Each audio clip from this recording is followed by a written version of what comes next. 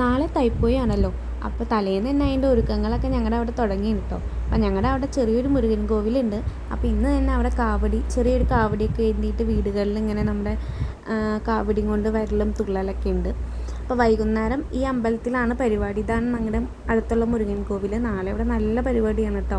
അപ്പോൾ അതിനിടയ്ക്ക് സത്യചേച്ചിയുടെ തറവാട്ടിൽ ഞങ്ങൾ വിളക്ക് വയ്ക്കാനൊക്കെ പോയിട്ടോ. അപ്പോഴാണ് വിളക്ക് വയ്ക്കുന്നത്. അപ്പോൾ ഞാൻ ജസ്റ്റ് ഇങ്ങനെ വീഡിയോ എടുത്തെന്നുള്ളൂ. നമ്മുടെ കരിങ്കുട്ടി ദൈവങ്ങളൊക്കെ ഉണ്ടാവില്ലേ, അതിന് വിളക്ക് വെച്ചു അവർ.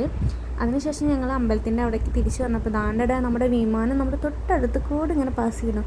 തൊട്ടടുത്തെന്നല്ല, നമുക്ക് അത്രയും ദൂരത്തു നിന്നാണ് കാണുന്നത്, പക്ഷേ എന്നാലും ഇതായിട്ട് കാണാമായിരുന്നു കേട്ടോ. അപ്പം അങ്ങനെയൊക്കെ അതൊക്കെ കണ്ടു. പിന്നെ ഇതാണ് വരുന്നത്. ഇന്ന് വലിയ ആഘോഷ പരിപാടികളൊന്നുമില്ല.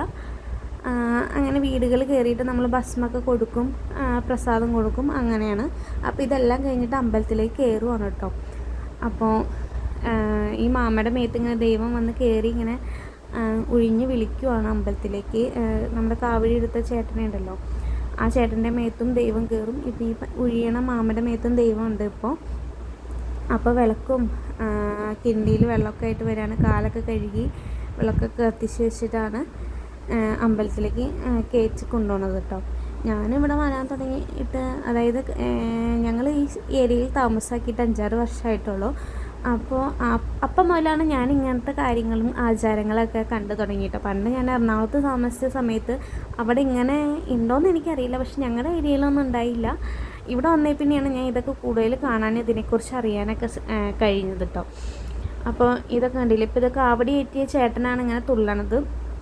പിന്നെ ഇത് നമ്മുടെ നേരത്തെ കണ്ടില്ലേ ഒഴിഞ്ഞ് കൊണ്ടുവരുന്ന ആ ചേട്ടനായിരുന്നു കേട്ടോ. പിന്നെ ഇവിടെ ഓരോ ദൈവഗണങ്ങൾ ഉണ്ടാവുമല്ലോ, അപ്പോൾ ഓരോരുത്തരുടെ മേത്ത് ഇങ്ങനെ ദൈവം ആ സമയത്ത് വന്നിങ്ങനെ തുള്ളലും അങ്ങനെ കൽപ്പന പറയലൊക്കെ ഉണ്ട് കേട്ടോ. ഞാനിവിടെ വന്നതിന് ശേഷം ഇങ്ങനെ ആദ്യമൊക്കെ കാണുമ്പോൾ എനിക്ക് ഈശ്വര ഇതെന്താണെന്നൊക്കെ അറിയാനൊരു ഭയങ്കര ക്യൂരിയോസിറ്റി ആയിരുന്നു. പിന്നെ ഇതൊക്കെ കണ്ട് ശീലമായിട്ടോ. നിങ്ങളുടെ അവിടെ ഉണ്ടോ നാളെ ഇങ്ങനത്തെ പരിപാടികളുണ്ടെങ്കിൽ കമൻറ്റ് ചെയ്യണേ.